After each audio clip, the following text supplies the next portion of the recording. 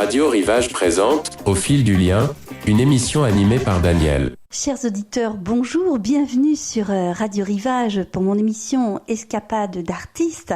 J'ai le plaisir aujourd'hui de recevoir Patrick Guélec, artiste peintre au Guilvinec. Patrick Guélec est issu d'une famille de marins. Il a débuté sa carrière comme marin de commerce. Il a toujours vécu près de la mer qui l'inspire. Son père aimait l'art. Le style de peinture de Patrick Guélec est abstrait mais aussi figuratif. Il nous dit que son style est marin, dessin, aquarelle, acrylique. Ces techniques sont diverses. Acrylique, bien sûr, technique au couteau. Mais moi, ce qui m'a frappé dans les toiles de Patrick Guélec, c'est son caractère électrique qui donne un caractère très original à ses toiles. Bonjour, Patrick Guélec. Bonjour Daniel et merci de me recevoir. Merci d'avoir accepté notre invitation pour les auditeurs de Radio Rivage. Alors Patrick Guélec, je vous reçois aujourd'hui bien sûr pour votre travail d'artiste peintre, mais aussi pour un livre que vous avez publié qui s'intitule De la pointe du Penmar au port du Guilvinec, qui s'adresse aux enfants et aux parents, qui est une balade à travers le territoire pour sensibiliser les jeunes, mais également leurs parents, parce que c'est un travail qu'on fait en famille sur la pollution des océans, le changement climatique. Et c'est un magnifique ouvrage que j'ai découvert avec des illustrations, bien sûr, des dessins, des peintures, d'oiseaux, de chemins côtiers. Racontez-nous cette aventure, Patrick Guélec. Oui, bien sûr. Alors, c'est arrivé un peu bizarrement, puisque moi, je ne suis pas voué à écrire des livres. C'est une première. Je ne sais pas faire. Je ne suis pas écrivain. C'est un romancier qui me suivait sur Facebook, qui un jour m'a contacté et qui m'a dit voilà, Patrick, j'aime bien ce que tu fais. Est-ce que tu voudrais bien illustrer un de mes romans? Donc, il m'a expliqué que c'était un roman pour enfants. À quoi je lui ai répondu oui, j'étais pris au dépourvu. Et je lui dis oui, mais est-ce que vous avez déjà repéré des toiles que j'ai créées pour illustrer votre roman? Et là, il m'a répondu que non, il n'en avait pas repéré parce que son roman s'adressait à des enfants et c'était l'histoire de chiens et de chats. Oui. Voilà. Moi, je peins autre chose, quoi. Je fais des paysages, je fais des bateaux, enfin voilà. Et vous peignez aussi des oiseaux? Je peins aussi des oiseaux, mais ce ne sont pas de manière illustrée, disons de dessin ou dessin animé, quoi. D'accord. Voilà. Donc,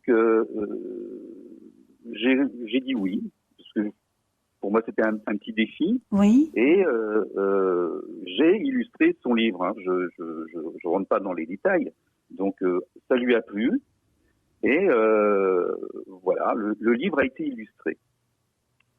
À la suite de ça, il fallait chercher un éditeur. Alors lui, il avait déjà produit 4 ou 5 romans qu'il avait fait éditer.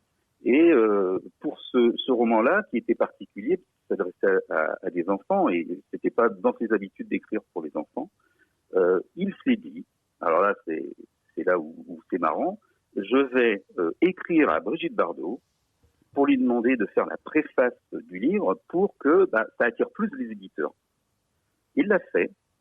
Il n'avait même pas l'adresse de Brigitte Bardot. Il a envoyé son roman, alors je ne sais plus où elle habite, je sais que c'est à la Madrague. À la Madrague, oui. Oui. Je ne sais pas dans quelle ville c'est. Il a envoyé son livre avec une adresse approximative.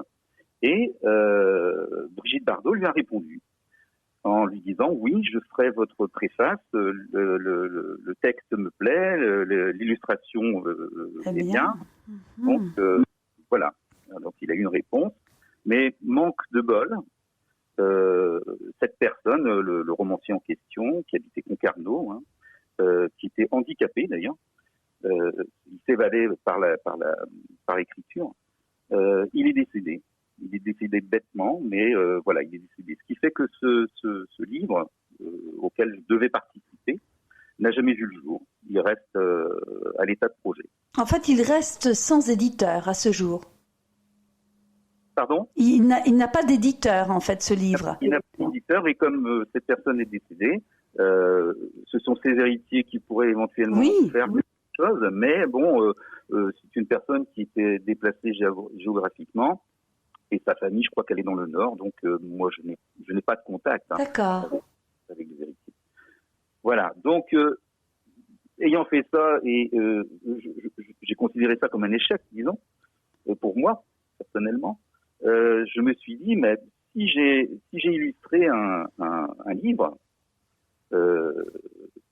pourquoi je ne tenterais pas de faire l'inverse, en fait. J'ai plein de tableaux, donc les illustrations, je les ai, et je me suis dit, pourquoi pas écrire autour de mes toiles. Oui. Bon, c'était la première idée.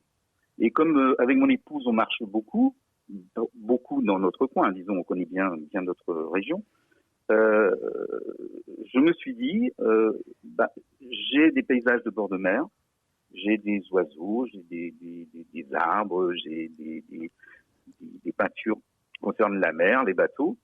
Une promenade entre la pointe de Pinmar et le port du Guilvinec, j'ai de quoi alimenter. Oui, oui. J'ai fait une sélection de toiles, comment dire, j'ai commencé à écrire un texte autour, et de fil en aiguille, l'idée m'est venue, comme j'avais participé déjà à la réalisation d'un livre pour enfants, l'idée m'est venue de m'adresser aussi à des enfants, en incluant la participation des parents. Laisse pas des enfants partir d'un certain âge, partir seuls dans la nature pour se promener. Donc évidemment qu'une balade se fait en famille. Alors on a un support et qu'on veut approfondir ce que l'on voit tout le long du rivage, disons. Voilà, un petit ouvrage comme ça peut permettre aux parents et aux enfants de découvrir un territoire. Et moi, mon but, c'était de faire découvrir la peinture autrement, pédagogiquement, leur expliquer ce qu'est un style de peinture, c'est ça. ce qu'est l'art contemporain, ce qu'est le genre de peinture. Voilà. Alors effectivement, votre livre que j'ai lu et dont j'ai vu les très très belles illustrations, vous avez fait une publication sur Facebook pour annoncer la parution du livre. Bon, il y a le volet pédagogique, c'est-à-dire effectivement apprendre aux enfants à reconnaître l'art et la nature et les sensibiliser au risque de pollution, la situation des océans, le changement climatique, et en même temps se réapproprier à la fois le territoire et aussi l'art. C'est ça. Il y a les deux. Pour vous, c'est aussi permettre aux enfants, comme vous êtes autodidacte, Patrick, vous avez à cœur de vous dire, voilà, le talent, le don, ça se travaille aussi, et il faut se faire confiance, et il ne faut pas hésiter à se lancer. C'est aussi ça, le message. Oui, c'est ça. C'est une invitation déjà à une promenade, oui, et à des rencontres que l'on peut faire en chemin, et découvrir la nature, y faire attention, voir la pollution qui existe, elle est là, oui. et le non-respect de cette nature par les humains. Et alors, votre livre permet aussi de dépasser aussi l'anxiété qui est très forte chez les enfants, notamment concernant la nature qui se dégrade. Il y a beaucoup d'enfants qui développent, disent les psychologues, une anxiété par rapport à l'environnement. Et vous avez un discours et un message très positif de dire, mais vous pouvez agir si vous faites attention aux sentiers. Vous décrivez comment les sentiers, des fois, c'est très bien, mais il y a aussi des fentes qui se font dans les dunes parce que les gens aussi vont parfois dans des endroits qui ne sont pas balisés. Ça aussi, c'est important. Très important, oui. Les gens ne savent pas que l'accès que l'on a aux plages, en fait, ce sont les humains qui les ont créés.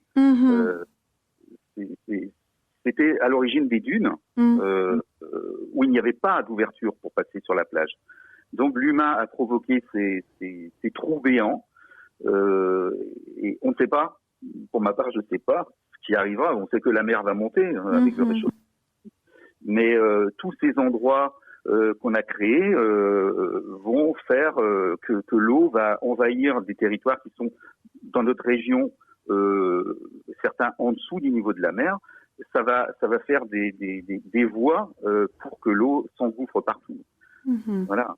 Alors, quand on revient à votre toile, Patrick Guélec, vous êtes autodidacte et vous aimez beaucoup la technique au couteau qui vous permet de travailler en fait des sujets sur leur forme abstraite. C'est ça. En fait, comment expliquer ? Je n'arrive pas, moi, à faire des choses abstraites, disons. Le couteau m'aide à faire des formes approximatives, en fait. Ce qui fait que, par le mariage des couleurs, ça fait comme une œuvre abstraite qui, en fait, elle ne l'est pas. Je peux pas m'empêcher de faire un horizon comme je fais des paysages marins, de faire un horizon, de faire la mer, le ciel. Et une fois qu'on a fait ça, forcément, ce n'est pas abstrait. La personne qui regarde la toile voit un paysage marin. Voilà. Depuis disons 4, 5, 6 mois, je me mets à peindre des fonds marins. Et j'ai eu la chance d'aller exposer cette année à Sevrier, où les personnes qui vivent là-bas ne connaissent pas la mer, ne font pas de plongée sous-marine. Donc, forcément, de représenter un paysage de fond marin, pour les gens qui habitent dans les terres, disons, c'est totalement abstrait. Je me suis vu expliquer aux gens que je représentais de la pollution sous-marine. Eux voyaient vraiment tout à fait autre chose. J'ai vu vos illustrations et effectivement elles sont très frappantes parce que vous jouez beaucoup sur les couleurs, les formes et vous dites j'ai un style marin, mais moi je voudrais revenir sur ce point parce que moi quand je vous ai découvert sur Facebook à travers les publications de vos toiles, j'ai été encore une fois très très surprise par le caractère électrique, comme si finalement vous captiez un paysage, vous savez, dans un instant fugitif. Que pensez-vous de mes observations ? Oui, c'est tout à fait ça. En fait, comme je me promène, comme j'ai toujours vécu au bord de la mer, étranger, certaines personnes me disent que dans mes peintures, on voit des styles asiatiques. Je dis sans doute, peut-être, je ne sais pas. Effectivement, j'ai fait ces pays-là dans ma jeunesse, il y a très très très longtemps. Oui. Et on ne sait pas comment ça apparaît. Voilà. Vous me demandiez quoi ? Je ne sais pas. Alors, en fait, je disais que vous parlez de votre style marin. Donc, quand on pense à un peintre qui habite en Bretagne, au bord de la mer, on se dit, il fait des tableaux représentant des bateaux. Donc, on en voit beaucoup, beaucoup, bien sûr, dans nos régions de ce style de toile. Mais vous dénotez, Patrick Guélec. Est-ce que vous êtes conscient de ça ? Oui, en fait, je ne peins pas sur place. Voilà, vous peignez de mémoire.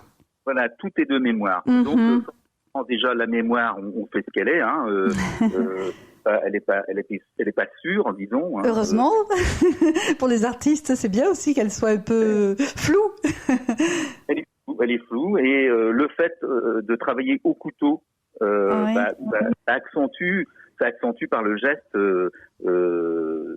ces formes qui ressemblent à ce qu'on a l'habitude de voir, mais qui ne sont pas la réalité. Alors, travailler au couteau, c'est travailler sur la matière un peu comme un sculpteur. Oui.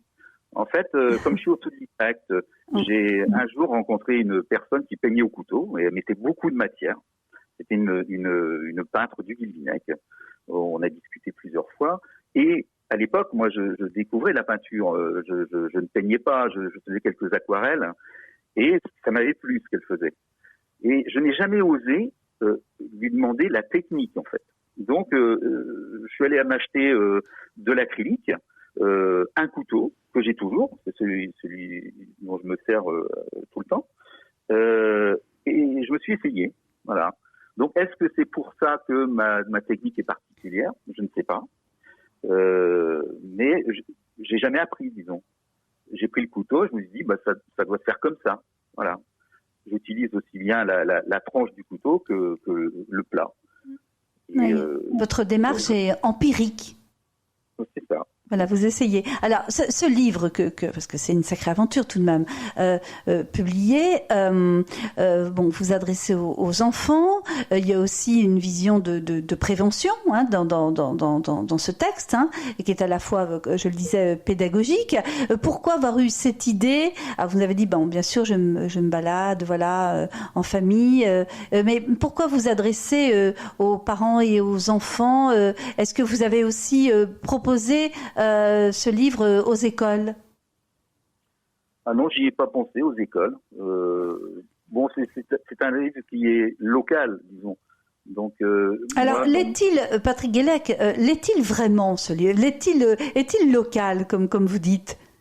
Parce que vous abordez un sujet généraliste. Oui, c'est vrai, c'est vrai. Alors, vous le situez en Bretagne, là où vous vivez, là où vous connaissez bien la nature et les balades, et c'est très très intéressant. Mais le sujet est comment abordé tous les jours dans les médias. Oui, c'est vrai. Oui, Les océans, c'est pas voilà, c'est tous les océans du monde. C'est vrai. C'est vrai que l'action d'humains qui habitent à l'autre bout de la planète peut provoquer des dégâts chez nous. Voilà. Voilà. Quand vous étiez plus jeune, enfin enfant, adolescent, est-ce que vous avez été entouré de personnes qui vous parlaient déjà de la pollution et de la violence faite à la nature? Alors, je dirais oui. Alors, je naviguais, enfin plus jeune, je naviguais pas, mais quand je naviguais, on a eu beaucoup de catastrophes en Bretagne Oui. à cause des pétroliers Oui, tout à fait. Moi, j'habitais, mes parents habitaient en baie de Douarnenez, à 2 hectares. Et je me souviens un matin d'avoir une odeur pestilentielle au réveil. Alors, je sais plus lequel des bateaux avait coulé, Torrey Canyon, je crois, je ne suis plus sûr. Oui, on a été sensibilisés à la pollution, aux dégâts de la pollution sur le milieu marin, toujours. Oui. Le pétrole déversé par les bateaux, il y avait eu l'affaire de l'Amoco Cadiz qui avait bouleversé pas seulement la Bretagne. Oui, la pollution. Donc en fait, oui, c'est cette odeur de pétrole qui vous avait finalement marqué dans votre jeunesse, cette pollution qui était arrivée par l'action de bateaux aux actions criminelles. Oui. Et puis ensuite, quand j'ai commencé à travailler, donc j'étais marin, oui.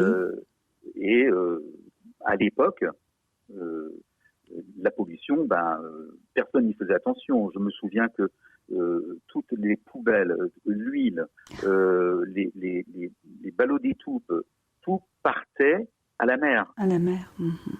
Tous les bateaux qui naviguaient à l'époque jetaient tout à la mer. D'ailleurs, petite anecdote, on appelle la mer sur les bateaux le magasin 17. Le magasin 17. Ce qui veut dire c'est la grande poubelle, en fait. Eh bien. Voilà. Donc déjà, oui, c'est. Alors quand vous dites ça aujourd'hui, on est horrifié. Ça paraît tellement incroyable, alors que les messages quand même passent depuis des années. Il y a eu beaucoup d'alertes. Là, quand on entend ça, effectivement, on est horrifié de voir ce qui a pu se faire, ce qui se fait encore malheureusement, mais une telle négligence. Oui, c'est affreux. Par l'ignorance également. Pardon ? Par l'ignorance des personnes, puisque elles déversaient, vous dites, vous étiez marin de commerce et vous assistiez comme à des actes qui sont quand même assez incroyables à croire. Oui, on le faisait. De toute façon, on le faisait parce que de toute manière, on n'avait pas, nous marins, à bord de ces pétroles. Moi, j'étais sur des pétroliers ou des porte-containers. On n'avait pas d'autre solution. On va dire c'était naturel, c'était contre nature, mais voilà, c'était dans notre esprit, c'était naturel à l'époque. Oui, assez impressionnant. Impressionnant. Alors, donc, on a parlé de votre livre, de vos toiles. Patrick Guélec, est-ce que vous faites des expositions actuellement pour la rentrée ? Alors, j'en ai fait beaucoup cet été, et actuellement, j'en ai une à l'Office de tourisme de Closévette. Oui. Qui se trouve à Plozévet. Alors, c'est une petite commune en remontant vers Audierne, en partant du Guilvinec, en remontant vers Audierne. Elle est à mi-chemin à peu près entre Audierne et le Guilvinec. D'accord. Alors, vous rencontrez votre public? Alors là, c'est particulier parce qu'il y a une personne qui est de permanence à l'Office du tourisme. On a fait un petit vernissage, on a invité quelques personnes, la municipalité, des amis. Et là, c'est en visite libre aux heures d'ouverture de l'office. D'accord, donc on peut aller admirer vos toiles et puis aussi pour certaines personnes qui veulent en acquérir, il y a sans doute vos coordonnées pour qu'elles puissent vous joindre. Oui, bien sûr. Ça, c'est important également.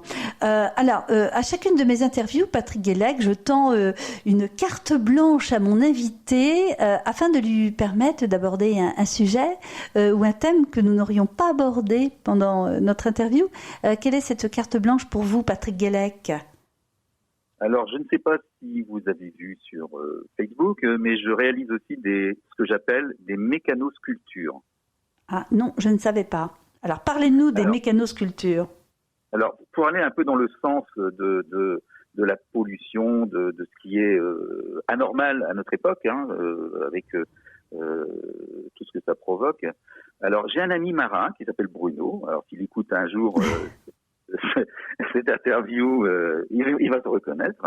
Donc, il travaille sur des bateaux de l'armement La Houle, qui se trouve à Saint-Guénolé. Et son travail, lui, c'est marin, il pêche. Et pour pêcher, ils ont des chaluts, qui sont très critiqués aussi, ceux-là. Et sur les chaluts, sur ce qu'on appelle le train de pêche, il y a des pièces particulières qui sont des manilles ou des C. Enfin, les marins appellent ça des C. Ce sont des mailles diépoises. Ce sont des pièces en inox, des pièces d'usure. Qui sont changées régulièrement parce que c'est des pièces qui forcent. Et donc un jour il vient à la maison, il me donne 3 ou 4 de ces pièces en inox et il me dit tiens Patrick, toi tu sauras bien faire quelque chose avec ça. Bon, ça a dû rester pendant 1 an dans un coin dehors je crois. Et un jour j'ai trouvé un ressort en inox. Voilà. Et comme j'étais dans ma formation de marin, j'étais chaudronnier, mécanicien chaudronnier, je sais souder. Et j'ai commencé à monter les pièces, à les souder ensemble. Et j'ai réalisé ma première œuvre, donc de ce que j'appelle mécanosculpture. J'ai réalisé une bigoudaine. Voilà.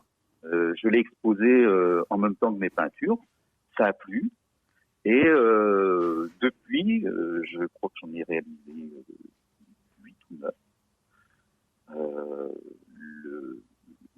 Ce qui est intéressant pour moi, c'est un petit défi à chaque fois, c'est de réaliser des personnages différents, humoristiques, à partir de la même pièce. Voilà.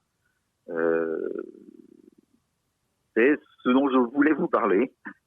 Eh bien, oui, c'est très, très intéressant. Puis ça, on revient un peu à ce qu'on disait pendant notre interview, c'est que peintre, mais aussi aimant travailler la matière, un peu comme un sculpteur.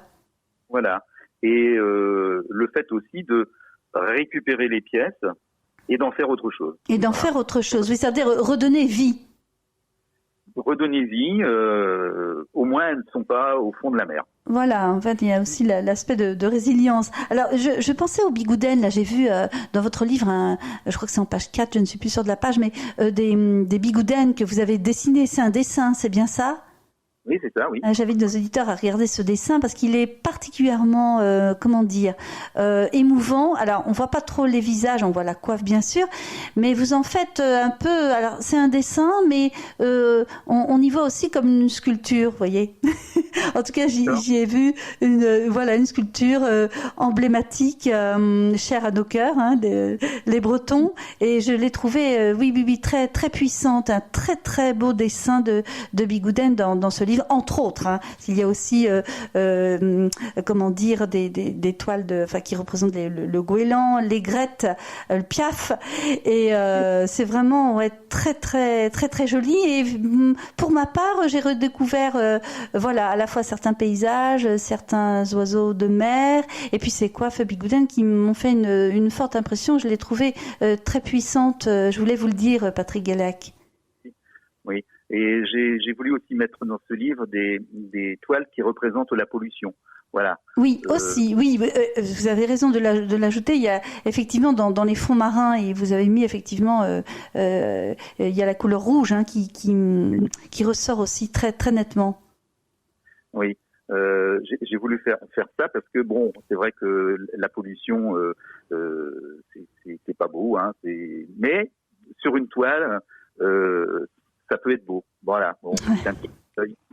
Oui, sur une toile, ça peut être beau, mais uniquement sur une toile, bien sûr. Présenter de la pollution sur toile, oui, c'est vrai que ça met beaucoup de couleurs. Alors, votre livre, de la pointe du Pan de Marc aux portes du Guilvinec, donc un livre en forme de, une narration, une balade à travers le territoire qui est richement illustré, chers auditeurs. Un très, très joli livre qui, pour l'instant, n'a pas d'éditeur, mais que vous pouvez, en fait, on peut vous le commander. Expliquez à nos auditeurs comment se le procurer. Alors, ce livre peut se trouver sur colibri.com. Voilà. Colibri.com, chers auditeurs, très très joli livre, plus qu'un livre d'ailleurs, parce que l'aspect pédagogique est très fort, et également on n'en sort pas indemne de ce livre, dans le sens où on prend conscience que chacun de nos pas compte, et que on peut en fait polluer sans en avoir conscience, notamment concernant, les sentiers, les chemins qu'on fréquente parfois de manière un peu anarchique. Ça, c'était bien de le rappeler, et en même temps qu'on peut beaucoup, chacun en se disciplinant. Oui. Hein, ce livre, c'est aussi ça, c'est permettre à chacun de se sentir utile pour lutter contre la pollution. C'est ça, et puis il s'adresse aux enfants aussi pour ça. Parce que c'est quand on est jeune qu'on va peut-être faire plus attention après dans la vie à ce qu'on peut provoquer en détruisant par exemple la dune. Oui, oui. Et aussi, oui, allez-y Patrick. Pardon ? Oui, vous disiez ?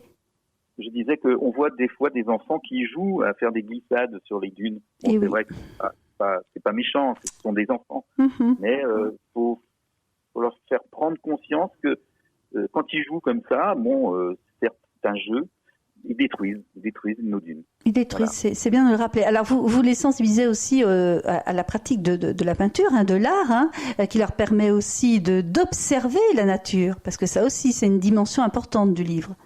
Oui. À un moment, je parle de... attendez, je l'ai sous les yeux. Je parle d'un moment où on peut se concentrer sur quelque chose et qu'on peut être surpris de découvrir ce à quoi on ne s'attendait pas. En l'occurrence, des plantes qui essayent par tous les moyens de survivre dans des endroits où le vent fait des dégâts, parce que ici on est bien situé, où des lichens apparaissent, alors que ce sont des endroits qui sont invisibles pour d'autres espèces de plantes. Donc beaucoup de découvertes en lisant ce livre. Merci beaucoup Patrick Guélec de nous avoir consacré du temps. Pour nos auditeurs de Radio Rivage, merci pour cette interview. Je vous remercie moi aussi. Et j'espère que quelques personnes liront ce livre et en seront satisfaits. On va redonner toutes les Radio Rivage, on va relayer toutes les coordonnées, et puis votre interview sera aussi très très intéressante pour les personnes qui veulent aussi découvrir vos toiles. Je remercie Marie-Noël et Caroline qui m'ont aidé à préparer cette émission. Je remercie Bertrand pour le son, la technique, le montage, qui m'assiste à chacune de mes émissions. Je remercie les auditeurs de Radio Rivage de plus en plus nombreux. Merci pour votre engouement pour les nouvelles nouvelles émissions, introspection, escapade d'artistes que vous connaissez déjà, à l'écran comme à la scène, qui parle de cinéma, de théâtre, et bientôt notre association Quai des Histoires, qui va être un groupement d'auteurs, qui écrira des scénarios, des pièces de théâtre, des adaptations pour le cinéma et la télévision.